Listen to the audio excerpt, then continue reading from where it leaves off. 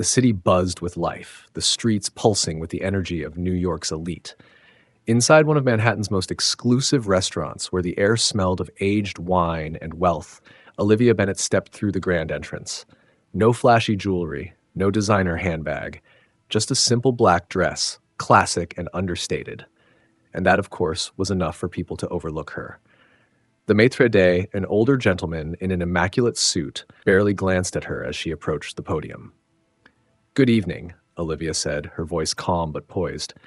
"I'd like to make a reservation for a company event." The man barely concealed his boredom.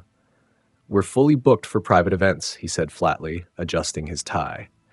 "Perhaps you'd be more comfortable at one of our partner restaurants." Olivia arched an eyebrow. That was fast. He hadn't even asked for a date or a party size. "I see," she said, unfazed. "And what if I wanted to reserve the entire venue for the night?" That got his attention. For the first time, he actually looked at her, but not with respect, with doubt. His gaze swept over her. The plain black dress, the lack of expensive accessories. She didn't look like the type of woman who could afford to book this place for an entire evening. He forced a polite smile, though the condescension was unmistakable. Our full restaurant buyout starts at $250,000, he said, expecting that number to send her walking out the door. But Olivia didn't even blink.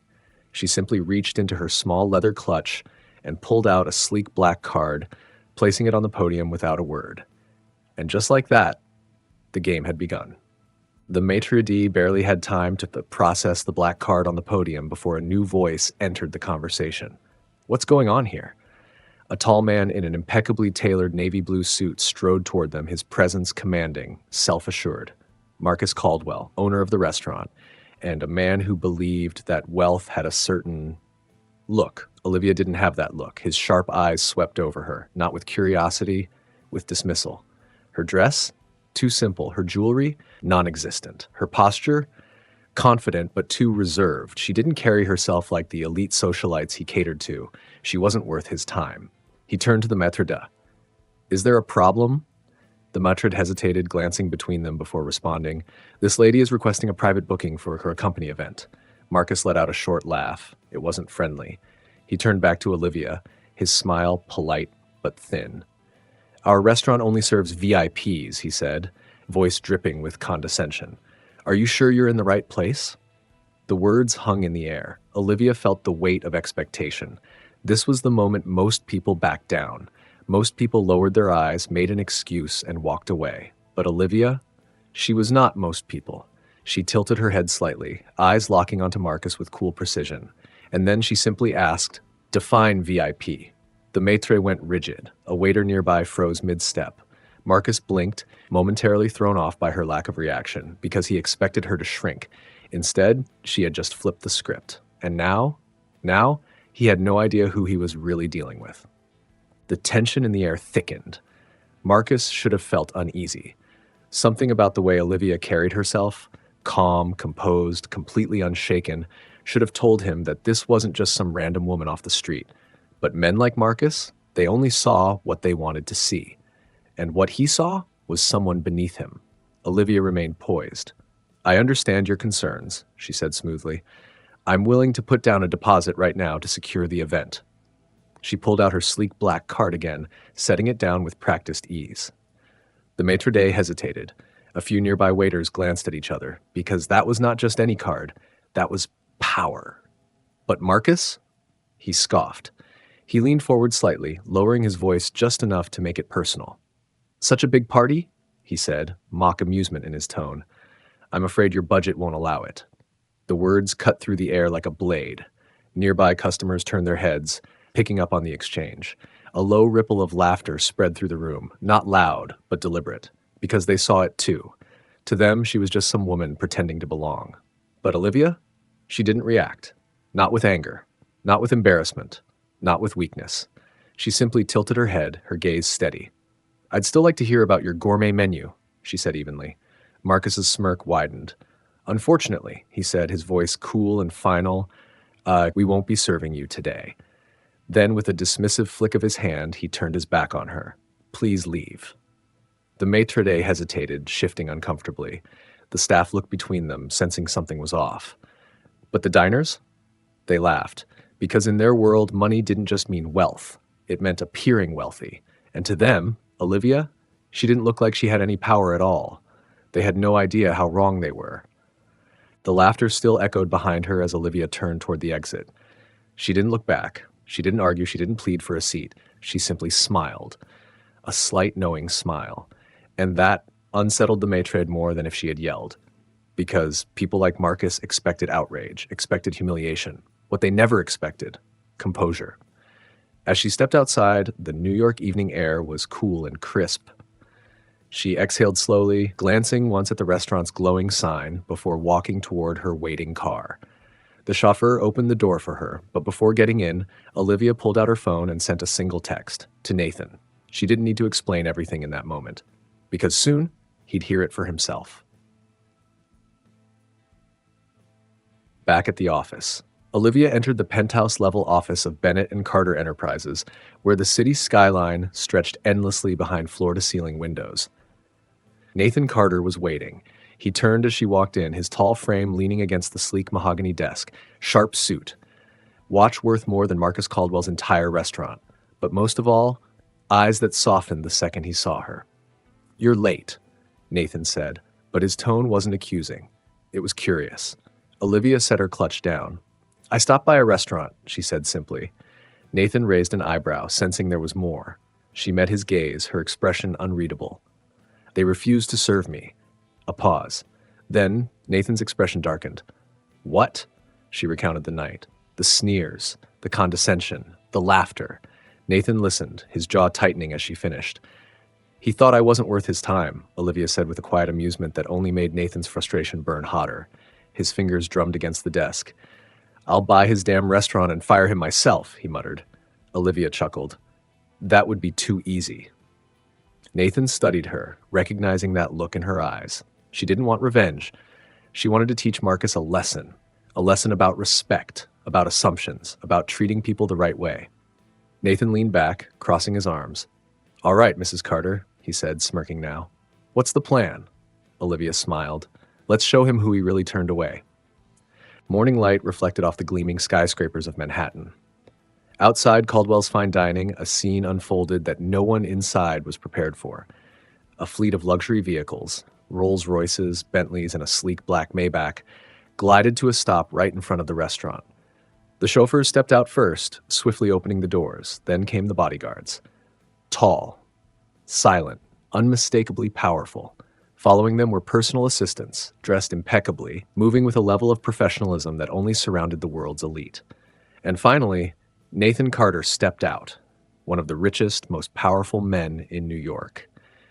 And the restaurant wasn't ready for him. Inside, Marcus Caldwell was barking orders to the morning staff when a hostess suddenly gasped. "Sir," she motioned toward the entrance, her voice shaking slightly.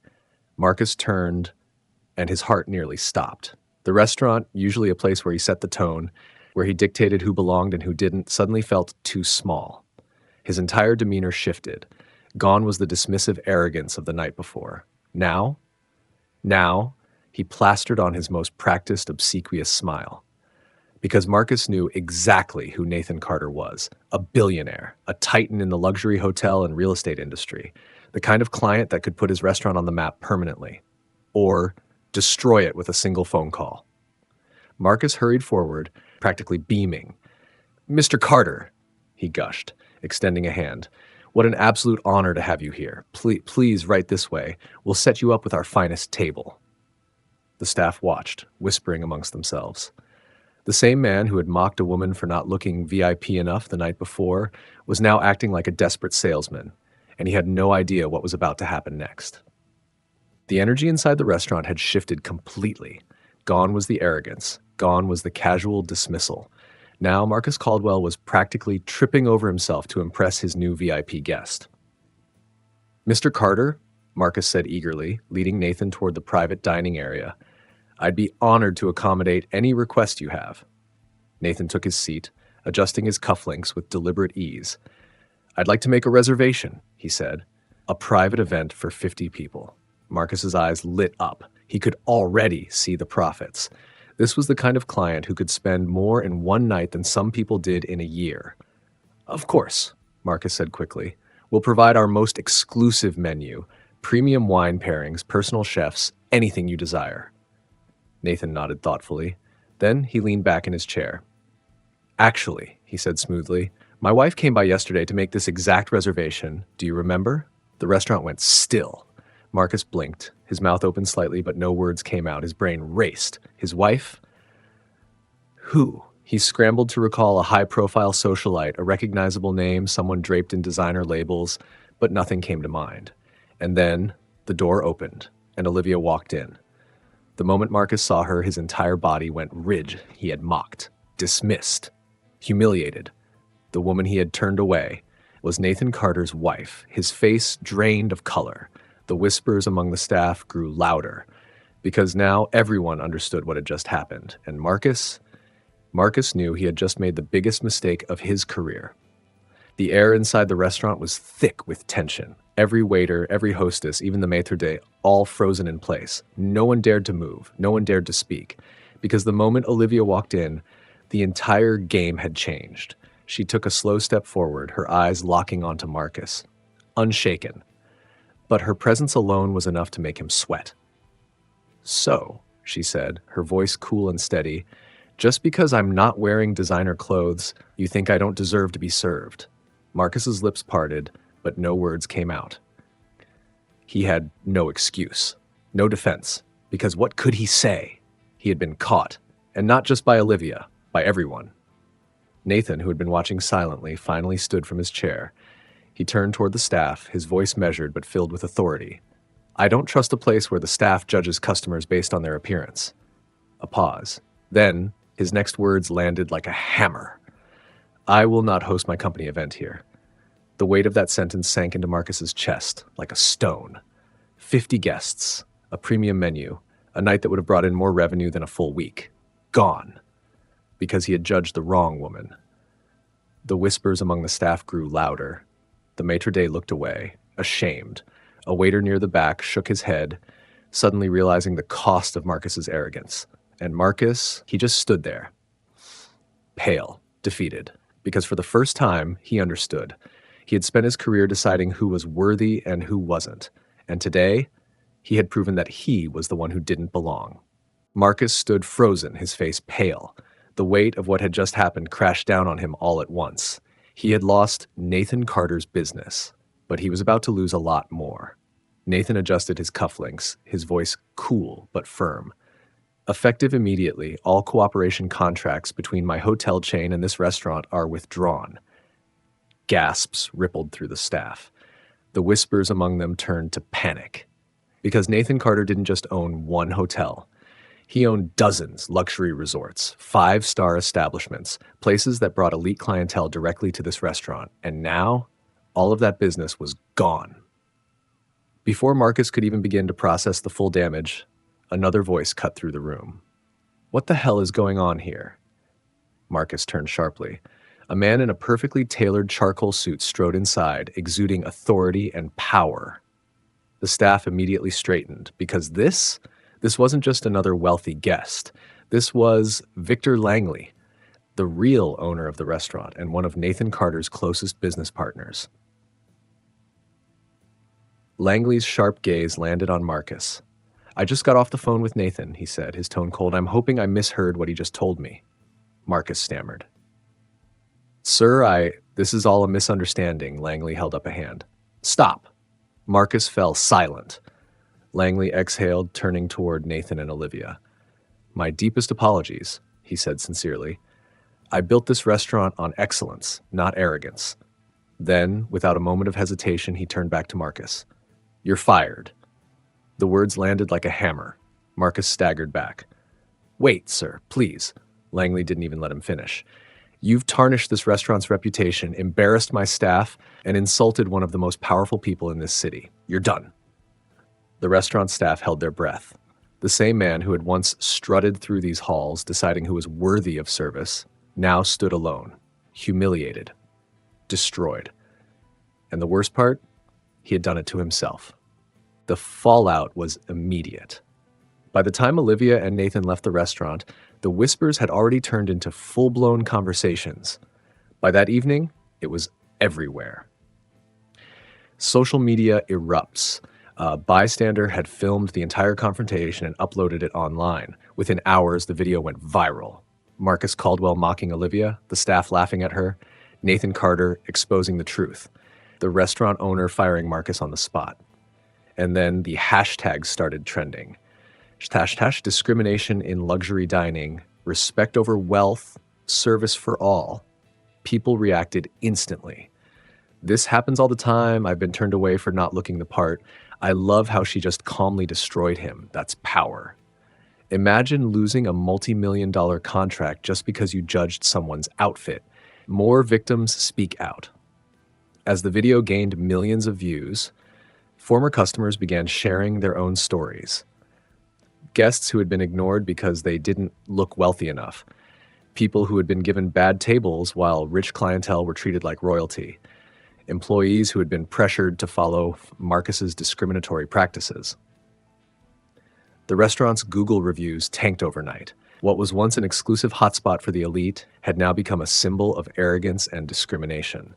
The damage was done, and there was only one way to fix it. The restaurant owner takes action. Victor Langley had no choice. If he didn't act fast, his entire business would crumble. So the next day, he released a public statement. All employees would undergo mandatory retraining on customer service. A new non-discrimination policy was implemented, ensuring that all guests were treated with equal respect. A formal apology was issued to Olivia Bennett and Nathan Carter. Langley had saved his restaurant. But Marcus had destroyed himself. And now, the whole world knew it. The dust had settled. Marcus was gone. The restaurant had been forced to change, and the world had watched it all unfold.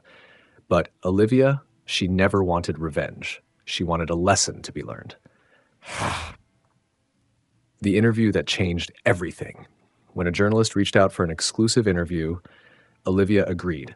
Not for publicity, not to humiliate anyone further, but to make sure people understood the real message. She sat in front of the cameras, her posture relaxed, her voice calm but firm. "I never wanted to punish anyone," she said simply. "I only wanted to make a point." A pause. Then she looked directly into the camera and delivered the words that would be remembered long after the headlines faded. "How you treat people who have nothing to give you will tell you who you really are." A quote that went global. The words spread like wildfire. Business leaders shared it on LinkedIn. Motivational speakers used it in conferences. People reflected on their own experiences, on moments when they had been judged unfairly. Because this wasn't just about one restaurant, it was about everywhere. Every industry, every person who had ever been underestimated, ignored, or dismissed. And Olivia? She walked away knowing she had changed something far bigger than just one man's career. She had changed the conversation. The story of Olivia Bennett was more than just a victory. It was a wake-up call. A reminder that how we treat people matters, that respect should never be reserved only for those who look the part. So what can we learn from this? What needs to change in the service industry? Stop judging customers by their appearance. True wealth doesn't always come in designer labels. Every customer deserves respect, regardless of how they look. Focus on quality service rather than just customer reputation. A great business thrives on service, not status. Treating all guests equally builds long-term loyalty and success. Build a business culture that is fair and respectful to everyone. Employees should be trained to value every person who walks through the door. Discrimination, whether conscious or unconscious, must be eliminated from company culture. What should individuals do? Don't judge someone by the way they dress or appear. The richest person in the room might be the one dressed the simplest. Power isn't always worn, it's carried. Always be nice to people because you never know who they really are. A waiter, a stranger, a quiet woman in a black dress. The way you treat people when you think they have nothing to offer you will reveal who you really are. The final thought. This wasn't just a lesson for Marcus. It was a lesson for everyone. Because kindness costs nothing, and respect can change everything. Marcus Caldwell's fall from grace was swift and absolute. With his dismissal made public and the restaurant's reputation badly damaged, the owners took immediate action to repair the damage. A new manager was hired, one who prioritized service, respect, and fairness. Staff underwent mandatory retraining to ensure discrimination would never happen again. A new customer-first policy was implemented, making it clear that everyone, regardless of appearance, would be treated with dignity. The restaurant had learned its lesson. But for Olivia, she had already moved on. A life of purpose. Olivia never let moments like these consume her. She had far bigger things to focus on. Her businesses thrived, not because she flaunted wealth, but because she led with intelligence and respect. Her charity work expanded, helping those who, like her once upon a time, had been underestimated. She didn't waste time on revenge. She invested in change, a new choice, true respect. A week later, Olivia and Nathan held their employee appreciation dinner at another high-end restaurant, a place that valued its customers, a place where respect wasn't based on appearance, a place that welcomed them, not for their wealth, but for who they were. As they walked in, the manager greeted them warmly, genuinely. Nathan smirked, leaning toward Olivia. "Think they know who we are?" he teased. Olivia smiled softly. "Doesn't matter," she said. "They know how to treat people. That's enough." And with that, they stepped inside, where they were valued, not because of their money, but because they were human, the way it always should be.